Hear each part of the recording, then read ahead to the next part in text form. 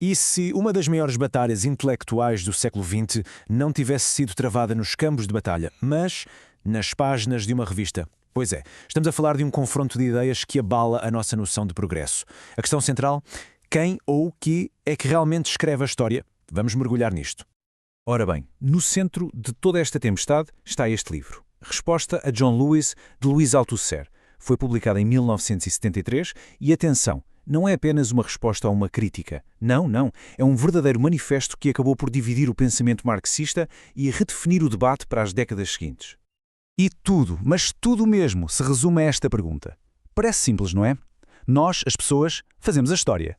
Mas, e se essa resposta, essa crença que parece tão fundamental no poder humano, estiver simplesmente errada? Preparem-se, porque a resposta a esta pergunta tem implicações mesmo surpreendentes. Ok, então vamos conhecer os nossos combatentes. No primeiro canto temos John Lewis, um filósofo comunista britânico, um defensor do poder do indivíduo. E no outro, o formidável, e já agora controverso, Louis Althusser, um pensador francês que vai tentar deitar abaixo essa mesma ideia. O palco está montado. E atenção, isto não foi um debatezinho académico, fechado em quatro paredes. Longe disso. Foi uma briga pública, a decorrer nas páginas da principal revista teórica do Partido Comunista da Grã-Bretanha. Dá para imaginar o drama. Lewis lança a primeira pedra com o seu artigo e Althusser responde com tudo. E claro, toda a gente estava a ler. Vamos lá então ao primeiro argumento. É a posição de John Lewis, uma visão do marxismo que, provavelmente, soa bastante familiar. A ideia de que a humanidade está no comando do seu próprio destino. Reparem só como Lewis estrutura o argumento dele. É incrivelmente direto, muito apelativo. Ele apresenta três ideias que parecem quase de senso comum. O homem faz a história. Pois claro, superamos o passado. Faz todo o sentido. Conhecemos aquilo que fazemos? Parece lógico. Parece uma fortaleza de ideias inatacável, não parece? Bem, esperem para ver. Mas claro, para Althusser, esta simplicidade toda é na verdade uma armadilha e ele ataca a ideia sem qualquer piedade. Ele argumenta que o homem de Lewis não são as pessoas reais de carne e osso. É uma abstração, uma fantasia. Nas palavras cortantes do próprio Althusser, é um pequeno deus laico, uma figura com um poder quase divino que simplesmente não tem lugar numa análise materialista séria do mundo. E é precisamente aqui que Althusser vira o jogo e apresenta a sua alternativa radical. Porque se as pessoas não fazem a história, então o quê ou quem faz? A resposta dele não é apenas diferente, está noutra categoria por completo e vai desafiar a forma como vemos o mundo. Este quadro aqui resume tudo na perfeição. Vejam só o contraste direto. Para cada afirmação de Lewis, Althusser tem uma resposta demolidora.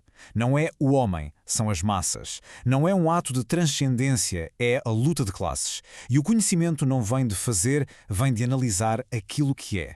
São literalmente dois universos filosóficos em colisão. E pronto, chegamos à grande bomba de Althusser, por assim dizer. A própria pergunta, quem faz a história, está errada desde o início. Ele argumenta que procurar um sujeito, seja ele o homem ou até mesmo as massas, é um erro de partida. A verdadeira questão, a questão fundamental é o que é que impulsiona a história? Qual é o motor? É uma mudança sísmica, de um ator para um processo completamente impessoal. E isto leva-nos à sua ideia mais famosa e talvez a mais difícil de agarrar. A história como um processo sem sujeito. Pensem nisto, por exemplo, como o tempo meteorológico. Ninguém faz o tempo, certo? É um sistema vasto e complexo de pressões, temperaturas, umidade, tudo a interagir. Para Althusser, a história é assim. Não é escrita por um autor, é impulsionada pela dinâmica da luta de classes. Não há um plano, não há um objetivo final, há apenas um processo em constante movimento. Bem, e neste ponto é normal pensar, ok, isto tudo é muito abstrato. Mas para Althusser, este não era um mero jogo académico. Ele acreditava que estas ideias filosóficas tinham consequências políticas de vida ou de morte. Vamos ver porquê. Althusser traça aqui uma linha direta e, para ele, muito perigosa.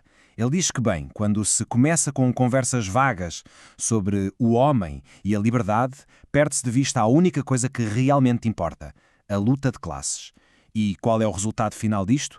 Em vez de uma revolução, o que se obtém é um reformismo ineficaz. É uma política que, segundo ele, na prática, desarma a classe trabalhadora no campo de batalha ideológico. O contraste não podia ser mais gritante. Para Althusser, a filosofia de Lewis é, intencionalmente ou não, uma ferramenta da burguesia. Adormece as pessoas com ideias bonitas, o que acaba por levar ao reformismo. Em contrapartida, a sua própria filosofia foi concebida para ser uma arma. O seu objetivo é fornecer o conhecimento científico e objetivo que é necessário para uma ação revolucionária, real e eficaz.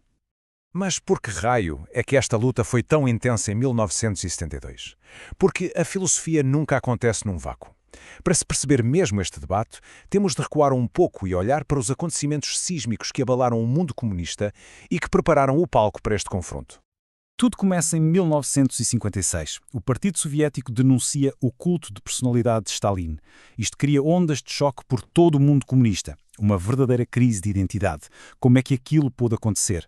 Uma resposta que se tornou popular foi o chamado humanismo marxista, que basicamente argumentava que o problema foi o esquecimento da dignidade do homem. O debate de 1972 é, portanto, o culminar da luta entre esta visão e a análise muito diferente de Althusser. Para Althusser, culpar o culto de personalidade de Stalin era um desvio perigoso. Era uma explicação, digamos, idealista, focada na psicologia de um único homem. Em vez disso, o que ele exigia era uma análise marxista rigorosa. Quais eram as relações de classe na URSS? Quais eram as estruturas do partido e do Estado que permitiram que aquilo acontecesse? Focar no indivíduo, para ele, era fugir da verdadeira questão. Althusser via este erro como a criação de um vácuo ideológico. E, claro, onde há um vácuo, algo tem de o preencher. Foi precisamente neste espaço vazio que o humanismo, com a sua conversa sobre o homem, a liberdade e a alienação, encontrou terreno fértil e infiltrou-se nos partidos comunistas. A filosofia de John Lewis não era, para Althusser, uma coisa isolada. Era um sintoma desta mesma crise. E isto leva-nos à sua afirmação mais famosa e talvez mais chocante. A filosofia é, em última instância, a luta de classes no campo da teoria. Para Althusser, a filosofia não é uma busca tranquila pela verdade. É uma arma, é um campo de batalha. Quer se concorde ou não, isto deixa-nos com uma pergunta bastante inquietante. Quando lemos qualquer filosofia ou qualquer ideia, será que nos devemos perguntar sempre de que lado é que ela está realmente?